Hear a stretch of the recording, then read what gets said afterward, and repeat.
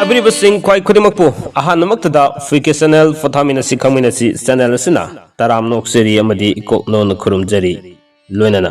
channel asina lepanaidana sayol khudingi nomajing numit khudingi thamjariba sayol gi rasifol ngasi sodomakpu dona laksari ngasi July ki tang taruk tagina lakadoriba July ki tang tarani thoi fawgi oiba sayol sigi rasifol ni pudona laksari basi Mausa gumna dumak tangkak ani thokna thamjai seyolamigi manungda ngasi gi tangkakta ahan ma tangkak ki oina tang taruk tagina nipan fawgi ama amadi lemhori ba tang mapan dagina tang tarani thoi fawda kari kari fall leri habadu khangmina bagi tanja lominasi loina na rasifol khudimaki oina seyol sida haksangi mahaigi amadi Pakhang lai sabi singi kari foleri habido khangmina bagi tanjado lominasi mes rasi fol dagi hojere haraga lepanai dana mathang manau naina dum rasi fol tarani thoisi sandok saraga aroibida min rasi fol tamjaga dabani kudol tamjage ngasi July gi tang taruk tagina lakadoriba July gi tang tarani thoi fawgi oiba sayol sigi rasi fol kulo tamjage ming taminasi Hi, Ma'am. Wait, Papa, you can subscribe the video, please. Ore dudi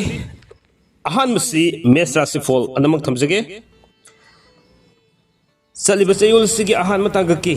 tang taruk tagina tang nipan fawgi manung sida mes rasi fol gi oina mamangda pandun lerekiba sel kya fangba matam oigadori anuba marup mapang kya ma unagani khangnagani loinana Wakal yamna khanba matam oigani mathau yamna singani aduga selsu khanguduna isadagi satpham thokna di chatpu oiragasu henjena chatpa matam oigani lemori batang taramat ngakpigini tang mapandagina tang tarani thoi fawgi manungsida anuba nungaiba paw khrade adumak tagani sasangi karbar tobiriba sing khwai khudimakna sel mangba matam haibadu oigani Fam kagani hongdo hongjin khara legani haksangi oinadi khwang khara nuwairoi aduga mahaigi oinadi mayai oina satkani aduga chaliba sayol sida pakhang le sabi singi oinadi haina singnaba matam oigani ani subada bres rasi folgi ahan matang ka kitang taruk tagina ni pan fawgi manung sida mingona lekiba sel fangani leifam hongani mari mata saugani yeknaba Yamgani pungi sei tobu singi oina yamna kana jaba matamni lemhori batang mapandagina tarani thoi fawgi manung sida karbar tobu zawgatli lamda satli sel makhong kwali haksangi oina di kok nuwairoi aduga mahaigi oina di aduma mayai oina leigani fakhang le sabi singi oina di thungnagani methun rasi folgi oina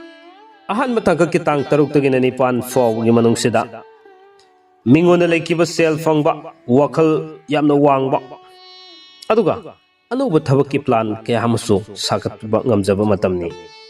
lamtu satkani potsei lepsingani thabaki anuba paw kaya hamasu tagani karbar hanadagi hena saukhatsaba matam oigani dugule mori batang mapandagina tarani thoi fawgi manung sida Hana leramba famdagi hongdo hongjin khara legani lamda chatli haksangi oinadi kaide mahigi oinadi mayai oi aduga fakang le sabi singi oinadi thungnagani karkat ahan matang ka kitang taruk tangina nipan fawgi manungda karkat rasi folgi oina anhuba nungaiba paw taba matamni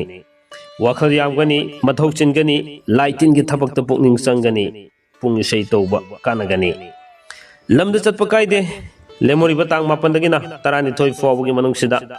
sanga gi karbar da sel mangani lottery yawba sel mangani fam hongani haksangi oinadi kaide mahaigi oinadi atan makhra fawgani aduga pakhang le sabi singi oinadi haina singnagani mathang se singhara se fol tamjage singhara se folgi oina tang taruk tagina nipan fawgi ahan batang ka kimanung sida lamda chatpa kaide imung manung samjin sajingani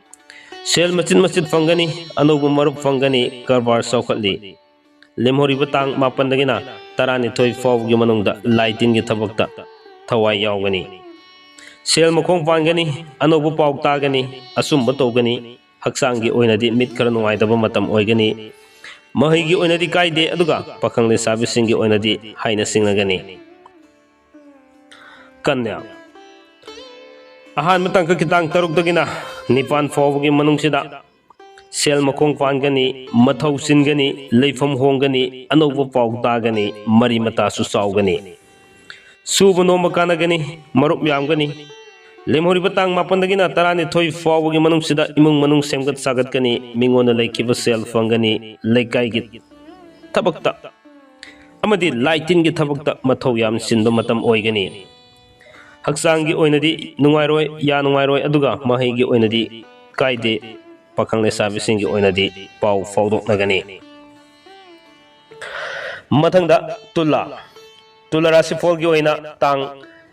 6ꯇꯒꯤ 9 ꯐꯥꯎꯕꯒꯤ ꯑꯍꯥꯟꯕ ꯇꯥꯡꯀꯛꯀꯤ ꯃꯅꯨꯡꯁꯤꯗ ꯋꯥꯈꯜ ꯑꯃꯗꯤ ꯃꯊꯧ ꯌꯥꯝꯅ ꯆꯔꯥꯡꯅꯕ ꯑꯣꯏꯒꯅꯤ ꯃꯊꯧ ꯌꯥꯝ ꯆꯤꯟꯒꯅꯤ ꯁꯦꯜ ꯆꯠꯀꯅꯤ ꯃꯔꯤ ꯃꯇꯥ ꯊꯨꯡꯂꯒꯅꯤ ꯀꯔꯕꯥꯔ ꯇꯧꯕ ꯅꯤꯡꯕ ꯊꯨꯡꯗꯦ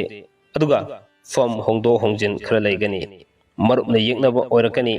ꯂꯦꯝꯍꯧꯔꯤꯕ ꯇꯥꯡ 12ꯗꯒꯤꯅ 12 ꯐꯥꯎꯕꯒꯤ ꯃꯅꯨꯡꯗ ꯏꯁꯩ ꯇꯧꯕ ꯆꯥꯎꯈꯠꯂꯤ ꯂꯤꯂꯥ ꯗ꯭ꯔꯃꯥ ꯌꯦꯡꯒꯅꯤ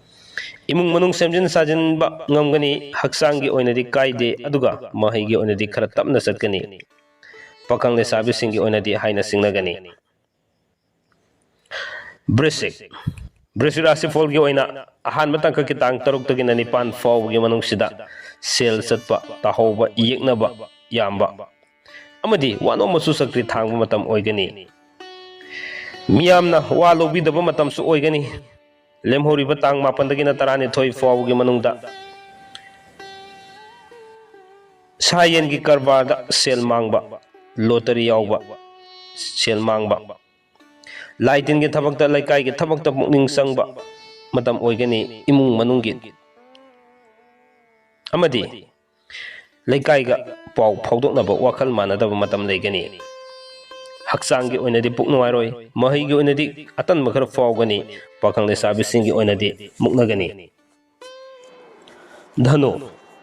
ꯙꯅꯨ ꯔꯥꯁꯤꯐꯣꯜꯒꯤ ꯑꯍꯥꯟꯕ ꯇꯥꯡꯀꯛꯀꯤ ꯇꯥꯡ 6ꯇꯒꯤꯅ 9 ꯐꯥꯎꯕꯒꯤ ꯃꯅꯨꯡꯁꯤꯗ ꯑꯅꯧꯕ ꯅꯨꯡꯉꯥꯏꯕ ꯄꯥꯎ ꯇꯥꯒꯅꯤ ꯁꯦꯜ ꯑꯃꯗꯤ ꯂꯝ ꯐꯪꯕ ꯃꯇꯝ ꯑꯣꯏꯒꯅꯤ ꯃꯆꯥ ꯃꯔꯟ ꯑꯃꯗꯤ ꯌꯨꯝꯗ ꯃꯤ ꯃꯁꯤꯡ ꯍꯦꯜꯂꯛꯄ ꯃꯇꯝ ꯑꯣꯏꯒꯅꯤ ꯖꯒꯣꯏ ꯏꯁꯩ ꯇꯧꯕ ꯀꯥꯟꯅꯒꯅꯤ ꯑꯗꯨꯒ ꯁꯥ ꯌꯦꯟꯒꯤ ꯀꯔꯕꯥꯔ ꯆꯥꯎꯈꯠꯂꯤ ꯋꯥꯅꯣꯝꯕ ꯆꯀ꯭ꯔꯤ ꯊꯥꯡꯒꯅꯤ ꯂꯦꯝꯍꯧꯔꯤꯕ ꯇꯥꯡ 7ꯗꯒꯤꯅ 12 ꯐꯥꯎꯕꯒꯤ ꯃꯅꯨꯡꯗ ꯐꯝ ꯍꯣꯡꯗꯣꯛ ꯍꯣꯡꯖꯤꯟ ꯈꯔ ꯂꯩꯒꯅꯤ ꯏꯃꯨꯡ ꯃꯅꯨꯡ ꯁꯦꯝꯖꯤꯜꯂꯤ ꯑꯗꯨꯒ ꯍꯛꯆꯥꯡꯒꯤ ꯑꯣꯏꯅꯗꯤ ꯀꯥꯏꯗꯦ ꯃꯍꯩꯒꯤ ꯑꯣꯏꯅꯗꯤ ꯆꯀ꯭ꯔꯤ ꯈꯔ ꯊꯥꯡꯒꯅꯤ ꯑꯗꯨꯒ ꯄꯥꯈꯪ ꯂꯩꯁꯥꯕꯤꯁꯤꯡꯒꯤ ꯑꯣꯏꯅꯗꯤ ꯊꯨꯡꯅꯒꯅꯤ ꯃꯀꯔ ꯔꯥꯁꯤꯐꯣꯜꯒꯤ ꯑꯣꯏꯅ ꯑꯍꯥꯟꯕ ꯇꯥꯡꯀꯛꯀꯤ ꯇꯥꯡ 6ꯇꯒꯤꯅ 9 ꯐꯥꯎꯕꯒꯤ ꯃꯅꯨꯡꯁꯤꯗ ꯁꯦꯜ ꯊꯨꯝ ꯃꯆꯤꯠ ꯃꯆꯤꯠ ꯐꯪꯕ ꯋꯥ ꯆꯥꯎꯅ ꯉꯥꯡꯕ ꯑꯃꯗꯤ ꯃꯊꯧ ꯆꯤꯟꯕ ꯃꯇꯝꯅꯤ ꯃꯤꯒꯤ ꯑꯁꯣꯏꯕ ꯎꯒꯅꯤ ꯎꯔꯨꯕ ꯃꯤꯒꯤ ꯊꯕꯛꯇ ꯅꯤꯡꯕ ꯊꯨꯡꯗꯕ ꯂꯦꯝꯍꯧꯔꯤꯕ ꯇꯥꯡ 7ꯗꯒꯤꯅ 12 ꯐꯥꯎꯕꯒꯤ ꯃꯅꯨꯡꯁꯤꯗ ꯏꯃꯨꯡ मनुंग वखल तिनब वाटपा अमदि लमद चटपा लोनना माना लेरुब मफमदा लौ इंखोल सिंग समजिन साजिन बंगम मतम ओइगनी मिंगोन लेखिबा सेल फंगनी हक्सांगी ओइनदि कोक नुवारोय महिगी ओइनदि सक्रि खरा थांगनी अदुगा पखंग ले साबि सिंगी ओइनदि खतना चैनदुना लेबा मतम ओइगनी वखल मानारोय कुंभ राशि फलगी ओइना तांग तरुक तगिना निपान फावगी अहान तांग की मनुंगसिदा सेल लन फंगबा अमदि पोचै लेप्सिन बंगमबा अमदि अनुगु मरुप कयामसु फंगबा मतमनी लीला ड्रामा यावबा कानगनी सेल फंगबा लेगनी मथौदि सिनगनी साना खोनबगी थबकत मिक्चत फंगनी लेमोरिबा तांग मापनदगिना तरानि थोइ फावगी मनुंगसिदा अनुबा थबकि पाव अमदि थिकागी पाव तागनी मरी मता सावगनी मरुप अमदि लमतु येंग क्या मरुप कलोनन सत्कनी हक्सांगी थोइना कायदे अदुगा महिगी ओइनदि कायदे पाखंग लेसाबिसिंगी ओइनदि थुंगनगनी अरोइबदा मिन राशि फलगी ओइना तांग तरुक तगिना निपान फावगी मनुंगसिदा फॉर्म होंदो होंजन तौगनी लॉटरी याव सेल मांगनी सासन की कारबार सेल मांगनी वानो मसक्री थांगनी मरुप ने येकनबो ओइगनी अदुग लेमोरिबा तांग मापनदगिना तारानी थोई फावगी मनुंगसिदा अनोबो मरुप अमदी मरी मता क्या अमा थेंगनगनी उनगनी सेल मस्जिद मस्जिद फंगनी पोचै लेपसिली सानबा अमदी थबक की अमदी जगोई इसे की थबक न सिंगबा क्यादा मिंगचत फंगनी हक्सांगी ओइनदी काइदे महैगी ओइनदी फै अदुगा फखंग लेसाबिसिंगी ओइनदी वरी बतै साब फंगनी असुमना चैनल सिना थमजरिबा लेपनाइदना चयोल खुदिंगी नोमाइजिन नमी खुदिंगी थमजरिबा चयोल गी राशिफल असि ngasiगी tangkakta tang taruk tagina tang tarani thoi fawgi manong seda leiriba chayol gi rashifol si matang asoi de tension janaba gi tanja da lojagi loibu hobu tabi ba madi miyeng tabi ba gi damak kwai kudimak po ngomkhaletena thaga sabu phondok chari punamak po amuka sona kurum jari kanglai fakna yai fare